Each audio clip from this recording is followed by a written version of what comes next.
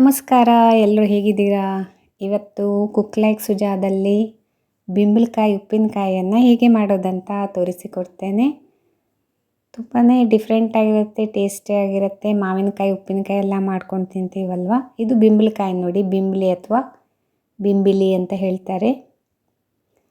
ಇದನ್ನು ಚೆನ್ನಾಗಿ ತೊಳೆದ್ಬಿಟ್ಟು ಹೀಗೆ ಡ್ರೈ ಮಾಡಬೇಕು, ಒಂದು ಬಟ್ಟೆ ಎಲ್ಲ ಹಾಕಿ. ನೋಡಿ, ಈ ರೀತಿ ಇರುತ್ತೆ. ತುಂಬಾ ಹುಳಿ ಇರುತ್ತೆ ಆಯಿತಾ, ಮಾವಿನಕಾಯಿಗಿಂತ.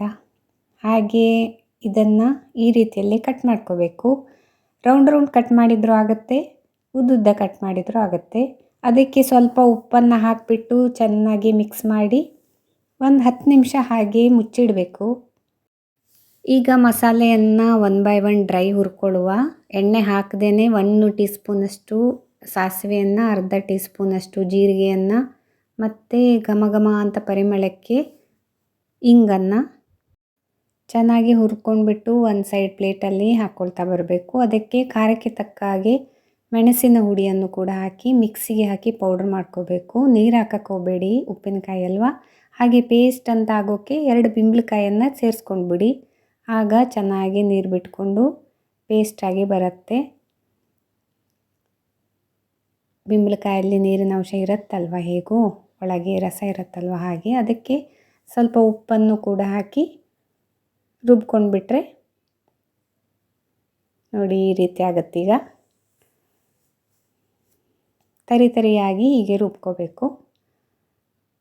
ಈಗ ಬಿಂಬಳಕಾಯಿಯನ್ನು ಹೆಚ್ಚಿಟ್ಕೊಂಡಿದ್ದೇವಲ್ಲ ನೋಡಿ, ರಸ ಹೇಗೆ ಬಿಟ್ಟಿದೆ ಅಂತ ಉಪ್ಪನ್ನು ಹಾಕಿದ ಕೂಡಲೇ ಅಲ್ವಾ. ಹಾಗೆ ಅದನ್ನು ಹಾಕಿ ಈ ಪೇಸ್ಟನ್ನು ಕೂಡ ಹಾಕಿ ಚೆನ್ನಾಗಿ ಮಿಕ್ಸ್ ಮಾಡಿ ಬಿಡಬೇಕು ಒಂದು ಸಲ. ತುಂಬಾ ಈಸಿ ಪ್ರೊಸೀಜರ್ ಆಯಿತಾ. ಆರಾಮಾಗಿ ಬಿಂಬಳಕಾಯಿ ಏನಾದ್ರು ಸಿಕ್ಕಿತು ಅಂದರೆ ಖಂಡಿತ ಉಪ್ಪಿನಕಾಯಿ ಮಾಡ್ಕೊಂಡ್ಬಿಡಿ. ತುಂಬಾ ಚೆನ್ನಾಗಾಗತ್ತೆ ಊಟಕ್ಕೆ, ಗಂಜಿಗೆ, ಮೊಸರನ್ನಕ್ಕೆ. ಹಾಗೆ ಈಗ ಸ್ವಲ್ಪ ಮಟ್ಟಿಗೆ ಎಣ್ಣೆಯನ್ನು ಕೂಡ ಬಿಸಿ ಮಾಡಿ ಹಾಕಬೇಕಾಗತ್ತೆ. ಅದರೊಟ್ಟಿಗೆ ಸ್ವಲ್ಪ ಮಟ್ಟಿಗೆ 1/4 ಟೀ ಸ್ಪೂನಷ್ಟು ಸಾಸಿವೆಯನ್ನು ಪುನಃ ಹಾಕಬೇಕು. ಅದನ್ನು ಸ್ವಲ್ಪ ಮಟ್ಟಿಗೆ ಬಿಸಿ ಮಾಡಿ ಇದಕ್ಕೆ ಹಾಕಿಬಿಟ್ರೆ ಫೈನಲಿ ನಮ್ಮ ಉಪ್ಪಿನಕಾಯಿ ಮಾಡೋ ಕಾರ್ಯಕ್ರಮ ಪರ್ಫೆಕ್ಟಾಗಿ ಮುಗ್ದಂಗೆ. ನೋಡಿ, ಉಪ್ಪಿನಕಾಯಿ ರೆಡಿ ಆಯಿತು. ಅದನ್ನು ಡಬ್ಬದಲ್ಲಿ ಸ್ಟೋರ್ ಮಾಡಿಟ್ಕೊಳ್ಳಿ. ಸ್ವಲ್ಪ 2 ದಿನ ಆದ ಮೇಲೆ ಹುಳಿ ಬಿಟ್ಕೊಳ್ಳುತ್ತಲ್ವ ಬಿಂಬಳಕಾಯಿ ಪೂರ್ತಿಯಾಗಿ, ಆಗ ತುಂಬ ಚೆನ್ನಾಗಾಗತ್ತೆ. ಇದೇನು ಉಪ್ಪಿನಕಾಯಿ ಹೋಗಿ ಅವಲಕ್ಕಿ ತೋರಿಸ್ತಾ ಇದ್ದಾಳಲ್ಲ ಅಂದ್ಕೋಬೇಡಿ.